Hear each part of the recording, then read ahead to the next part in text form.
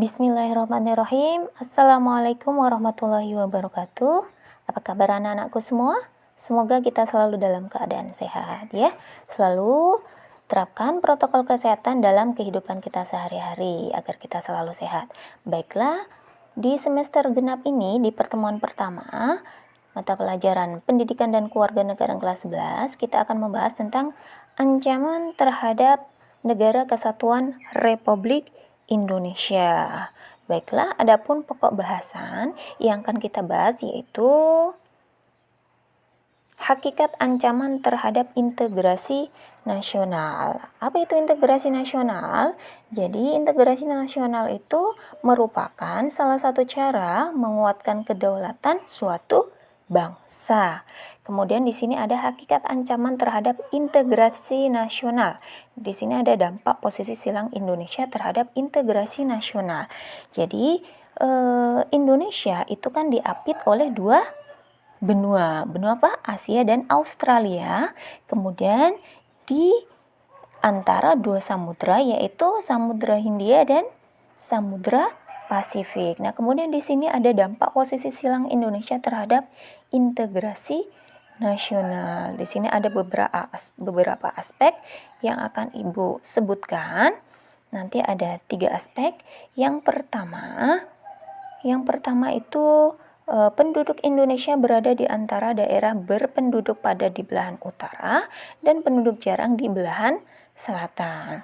Kemudian yang kedua, ideologi Indonesia terletak antara komunis dan liberalisme. Kemudian yang ketiga, demokrasi Pancasila berada di antara demokrasi rakyat di utara atau Asia daratan bagian utara dan demokrasi liberal di selatan. Itu masih ada 3 aspek lagi, tapi Bu cuma sebutkan 3.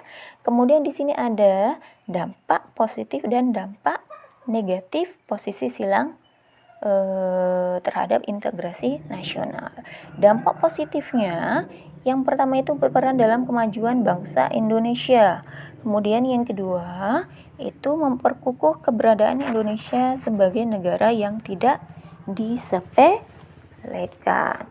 Kemudian dampak negatifnya itu menjadikan Indonesia sebagai negara yang tidak terbebas dari ancaman yang dapat memecah belah suatu bangsa.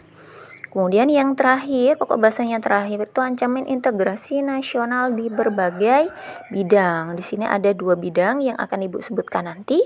Yang pertama itu ancaman militer atau bidang pertahanan dan keamanan.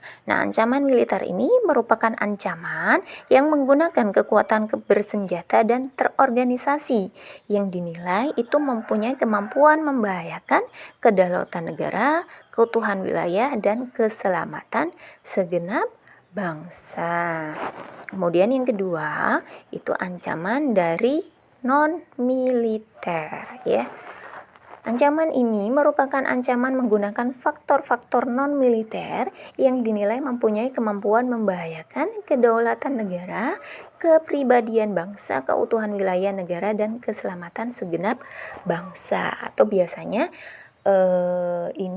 yang diserang adalah ideologi suatu bangsa. Kemudian ini ada tugas. Tugas ini silakan kalian kerjakan. Kemudian nanti dikirim via WhatsApp. Kemudian kalau ada materi yang kurang paham, silakan bisa komen di bawah atau langsung chat via WhatsApp ke Ibu ya. Cukup sekian pertemuan kali ini, semoga bermanfaat. Kita sambung di kesempatan yang akan datang. Jangan lupa selalu terapkan protokol kesehatan dalam kehidupan kita sehari-hari. Baiklah, Ibu akhiri. Assalamualaikum warahmatullahi wabarakatuh.